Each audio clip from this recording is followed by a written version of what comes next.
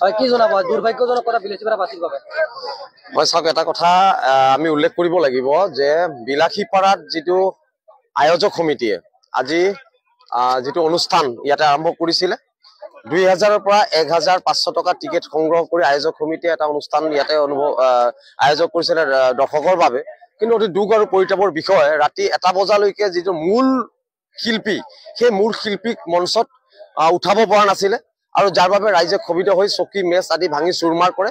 স্বাভাৱিক কথা আৰু এইটো হ'ব এই কাৰণে হৈছে কাৰণ আমি শুনিছো যে আয়োজক সমিতিয়ে যিজন মূল যিজন শিল্পী সেই শিল্পীক পেমেন্ট কৰিব পৰা নাই আৰু পেমেন্ট কৰিব নোৱাৰাৰ বাবে মূল শিল্পীয়ে মঞ্চত গীত পৰিবেশন কৰা নাই। তাৰ বাবে ৰাতি 1টা বজালৈকে ৰাইজ মানে ধৈৰ্য ধৰি এই অনুষ্ঠানটো উপভোগ কৰিছিলে। কিন্তু যেতিয়ালৈকে 1টা বজাৰ পিছতো যেতিয়া এই মূল শিল্পী দুগৰাকীয়ে যেতিয়া অনুষ্ঠানত ভাগ নললে ৰাইজ ক্ষোভিত হৈ পৰিলে আৰু উত্তেজিত ৰাইজে চকী মেচ আদি ভাঙি চুৰমাৰ কৰিলে। গতিকে আমি বিলাসীপাৰা প্ৰেছ ক্লাব হিচাপেও আমি অতি গৰিহণা জনাইছো। বিলাসীপাৰাৰ মান নষ্ট কৰিলে, বিলাসীপাৰাৰ সন্মান নষ্ট কৰিলে আয়োজক সমিতিয়ে। গতিকে আমি প্ৰশাসনক আমি দাবী উত্থাপন কৰিছো যাতে প্ৰশাসনে ইয়াৰ এক উচিত তদন্ত মৰ্মে দোষী সাব্যস্ত কৰি দোষীক কৰায়ত্ব কৰাৰ আমি দাবী উত্থাপন কৰিছো।